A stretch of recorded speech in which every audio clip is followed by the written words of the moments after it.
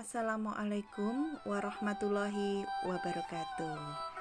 Anak-anak, hari ini kita akan belajar Akidah Akhlak kelas 1 bab 4 tentang pola hidup sehat dan bersih. Baiklah anak-anak, mari kita awali kegiatan belajar hari ini dengan membaca basmalah bersama-sama. Bismillahirrahmanirrahim. Pokok bahasan pada bab 4 ini yang pertama tentang perintah hidup bersih dan sehat. Yang kedua, membiasakan hidup bersih dan sehat, yaitu meliputi kebersihan badan, rumah, sekolah, dan lingkungan. Dan yang ketiga, menjaga kebersihan hati. Kita mulai dari yang pertama, perintah hidup bersih. Mengapa kita diperintahkan untuk melaksanakan hidup bersih? Yang pertama, Islam adalah agama yang sempurna. Karena dalam Islam mengajarkan agar dalam aktivitas atau kegiatan sehari-hari kita sesuai dengan apa yang diajarkan oleh Nabi Muhammad SAW, termasuk dalam pola hidup sehat dan bersih. Ya, pola hidup sehat dan bersih ini selalu diajarkan oleh Nabi Muhammad SAW, sehingga kita sebagai umat muslim yang mencintai Nabi, kita harus mengikuti apa yang diajarkan oleh beliau. Yang kedua, Allah itu menyukai orang-orang yang suci dan menyucikan diri. Suci itu adalah bersih. Jadi Allah menyukai orang-orang yang bersih. Jadi kita sebagai hambanya, kita harus selalu menjaga kebersihan agar lebih disayangi, dikasihi oleh Allah. Dan yang ketiga, karena kebersihan itu adalah sebagian dari iman. Apa iman itu? Iman adalah percaya. Jika kita percaya adanya Allah, maka kita harus patuh dan tunduk atas perintah Allah. Dan dalam hal pola hidup bersih ini adalah perintah Allah. Jadi sebagai orang beriman, kita harus melaksanakan perintah Allah, ya. Anak-anak, sebelumnya yuk kita bernyanyi ya tentang kebersihan. Diadaptasi dari lagu Anak Sehat. Aku anak sehat, tubuhku kuat, karena setiap hari bangunku tepat, selalu mandi pagi, tak lupa gosok gigi, pakai baju bersih dan selalu rapi. Sarapan pagiku selalu bergizi, sayangi kawanku, tak iri hati, bila aku berjumpa selalu senyum dan sapa, mengucapkan salam, selamat sejahtera. Iya, ini lagunya lagu tentang kesehatan ya, berkaitan dengan pola hidup sehat. Diadaptasi nadanya dari lagu Aku Anak Sehat, ya. Anak-anak bisa belajar sendiri dengan musiknya ya, teksnya seperti itu. Nah, anak-anak, tadi kita sudah bernyanyi, sekarang coba amati kegiatan pada gambar di samping. Setelah bernyanyi, coba direnungkan ya, difikirkan, apakah kita setiap hari selalu menyempatkan diri untuk hidup bersih? Apakah kita selalu bersih-bersih? Ya, apakah membersihkan diri sudah menjadi kesadaran bagi kita, ataukah masih orang tua yang membersihkannya? Apakah kita sudah membantu orang tua membersihkan rumah? Ikut kerja bakti di lingkungan sekitar kita? Nah, ya. Yang belum, ayo kita belajar membiasakan diri. Coba kalian amati anak-anak, di gambar samping ada yang menyapu halaman, ada yang menyapu lantai, ada yang mengepel, ada yang membersihkan kaca, ya. Nah, tuh ya, itu contoh-contoh kegiatan dalam menjaga kebersihan. Nah, ini anak-anak, biar kita sehat, coba kita contoh pola hidup sehat Nabi Muhammad SAW. Bagaimana Rasulullah dulu menjaga kesehatannya? Di antara yang pertama, makan minum teratur dan tidak berlebihan.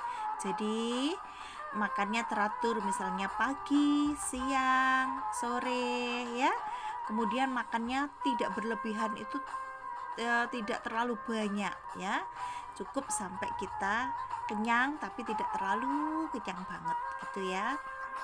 Kemudian Nabi juga sering berpuasa, terutama puasa sunnah. Contohnya puasa Senin dan Kamis, ya. Tuh. Kemudian rajin berolahraga, ya, supaya tidak ada lemak-lemak yang membandel, ya, menimbun di tubuh kita, ya. Kemudian otot-otot kita juga kuat, tulang kita juga kuat, jantung kita juga sehat dengan rajin berolahraga. Kemudian tidur lebih cepat dan bangun lebih awal. Istilahnya adalah cukup istirahat, ya. Biasakan istirahat dalam sehari itu 8 jam, ya, rata-rata, ya. Nah, kemudian tidak cepat marah, apalagi bertengkar, ya. Nah, ini karena kalau kita emosi, nah ini mengganggu kesehatan tubuh kita, ya. Jadi harus pintar menahan diri. Kemudian senang bersilaturahmi, ya, bertemu dengan keluarga, saudara. Kalau hati kita senang, pasti kita juga sehat, ya. Dan ingat, nih banyak yang bilang dari Pak Dokter, Bu Dokter, ya, menjaga kesehatan itu sangat penting karena lebih baik menjaga kesehatan daripada mengobati, ya. Karena kalau kita sakit mahal anak-anak dan tentu saja rasanya tidak enak, gitu ya. Oke, sekarang ada gambar, coba diamati, ya. Mana gambar yang menjaga pola hidup sehat? Gambar pertama, membuang sampah di sembarangan, jelas, ya, tidak sehat. Gambar kedua, berolahraga, oke, sehat. Gambar ketiga, makan secukupnya, makan bersama, sehat. Kemudian gambar keempat, ini bertengkar, ya, bertengkar, berebut mainan, ini tidak sehat. Kemudian yang kelima, silaturahim, ya, sehat. Kemudian yang keenam, ini tidur, ya, cukup istirahat, ya, ini sehat, ya. Nah, anak-anak, mana yang sehat kita tirukan, mana yang tidak sehat kita tinggalkan, ya. Nah, ini juga ada pilihan menjaga pola hidup sehat dan yang tidak menjaga. Yang pertama, lihat anak-anak, makan snack, ya. Snack itu makanan instan, kurang sehat, ya. Kemudian yang kedua, makanannya sih sehat tapi itu berlebihan, ya. Kalau kita berlebihan terlalu banyak makan juga tidak baik untuk kesehatan, ya. Kemudian gambar ketiga, kamarnya, ruangannya berantakan banget, ya, tidak rapi dan kotor di mana-mana. Ini perilaku yang tidak sehat. Dan gambar yang keempat, ya, ruangannya rapi, bersih karena yang punya rumah ini selalu rajin membersihkannya. Ini perilaku yang sehat. Oke. Anak-anak, bagian B, perilaku hidup bersih. Yang pertama, meliputi menjaga kebersihan badan. Di tema 1 juga pernah kita pelajari, ya. Ini bagaimana cara menjaga kebersihan badan atau bagaimana cara merawat tubuh agar senantiasa bersih. Yang pertama mandi, paling sedikit 2 kali sehari. Kemudian yang kedua menggosok gigi sesudah makan dan sebelum tidur. Nomor 3 keramas, kemudian memotong kuku, sering mencuci tangan. Ini cara menjaga kebersihan badan. Kemudian cara menjaga kebersihan rumah, karena rumah adalah tempat tinggal kita. Ya, kita pasti berlama-lama di rumah, jadi harus bersih ya lingkungan rumahnya ya. Caranya bagaimana? Ya, menyapu, mengepel, mengelap, menguras bak kamar mandi dan sebagainya. Nah, membersihkan rumah ini bukan tanggung jawabnya ibu saja, tapi menjadi tanggung jawab semua anggota keluarga. Siapa dalam anggota keluarga itu? Ayah, adik, kakak, kita, ibu, semuanya punya tanggung jawab menjaga kebersihan rumah. Nah, setiap rumah harus dibersihkan dan dirapikan secara teratur ya setiap hari. Mulai dari kamar tidur, ruang tamu, ruang dapur, halaman dan sebagainya. Caranya tadi sudah dijelaskan ya, bisa menyapu, mengepel lantai ya, mengelap meja, perabot ya, menguras bak kamar mandi, halaman ya, membersihkan kebun di sekitar rumah. Itu adalah contoh cara menjaga kebersihan rumah ya. Kemudian yang ketiga, menjaga kebersihan sekolah. Menjaga kebersihan sekolah adalah tanggung jawab semua warga sekolah. Siapa warga sekolah itu? Ya, kepala sekolah, bapak ibu guru, siswanya, wali murid yang datang ke sekolah, tamu yang datang ke sekolah, itu semuanya adalah warga sekolah. Jadi siapapun yang masuk lingkungan sekolah wajib menjaga kebersihan lingkungan sekolah ya, dengan cara membuang sampah pada tempatnya gitu ya. Piket kelas kalau siswanya ya. Tuh. Kemudian yang kedua, semua warga sekolah harus peduli supaya lingkungan sekolah nyaman untuk belajar ya. Ini salah satu tujuannya, menjaga kebersihan sekolah agar belajar kita menjadi nyaman ya. Contohnya, tidak membuang sampah di sembarangan, tapi harus di tempatnya. Tidak mencoret-coret dinding, bangku ya. Tuh, menyiram tanaman di kebun sekolah biar segar, asri sekolahnya, menyapu kelas dan dilakukan secara teratur. Itu contoh cara menjaga kebersihan sekolah. Nah, anak-anak, kemudian yang keempat, menjaga kebersihan lingkungan. Lingkungan itu maksudnya lingkungan di masyarakat ya, di luar rumah, di luar sekolah ini ya. Menjaga kebersihan lingkungan adalah tanggung jawab bersama semua warga. Ya, kalau di sebuah desa ya, di sebuah desa itu semua warganya punya tanggung jawab. Di RT juga, di RT itu se-RT semuanya punya tanggung jawab menjaga kebersihan ya lingkungan.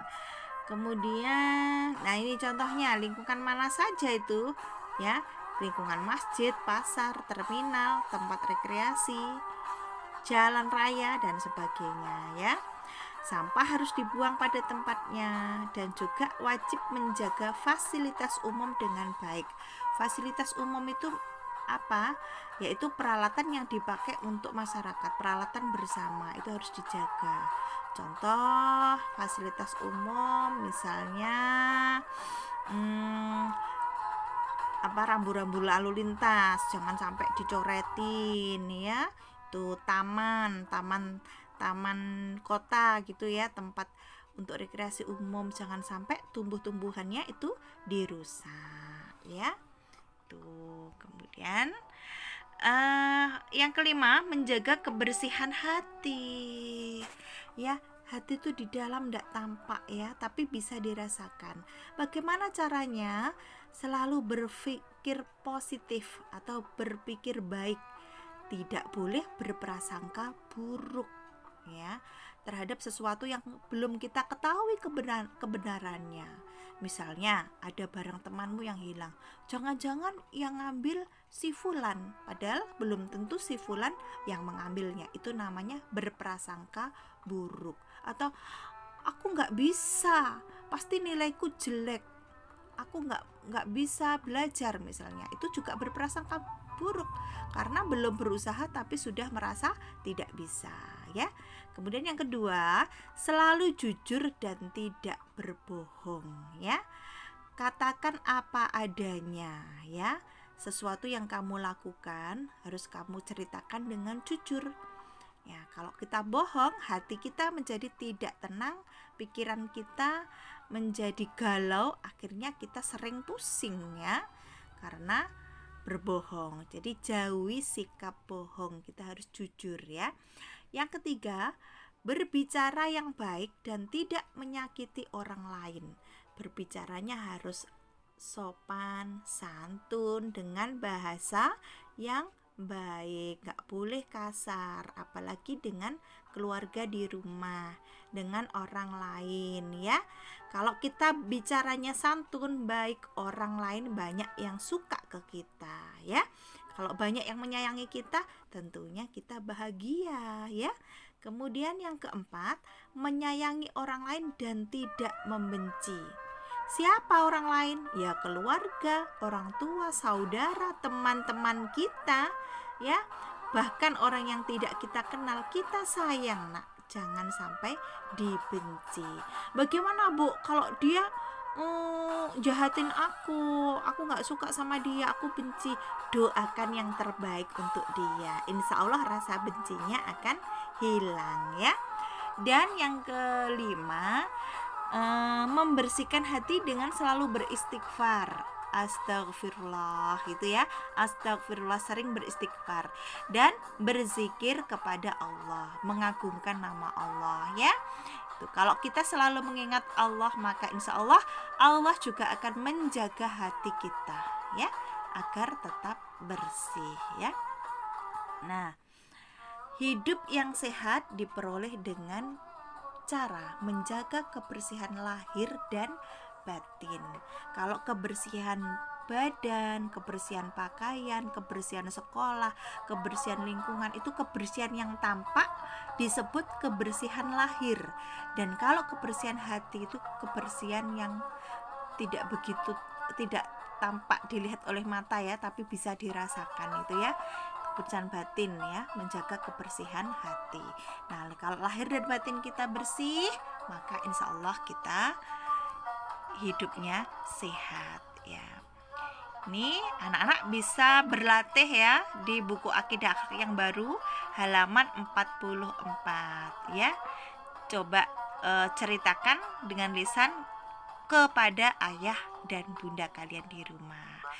Kalian juga bisa berlatih buku Akidah Akhlak yang baru halaman 45. Ini memberi tanda centang untuk gambar yang menunjukkan hidup sehat dan memberi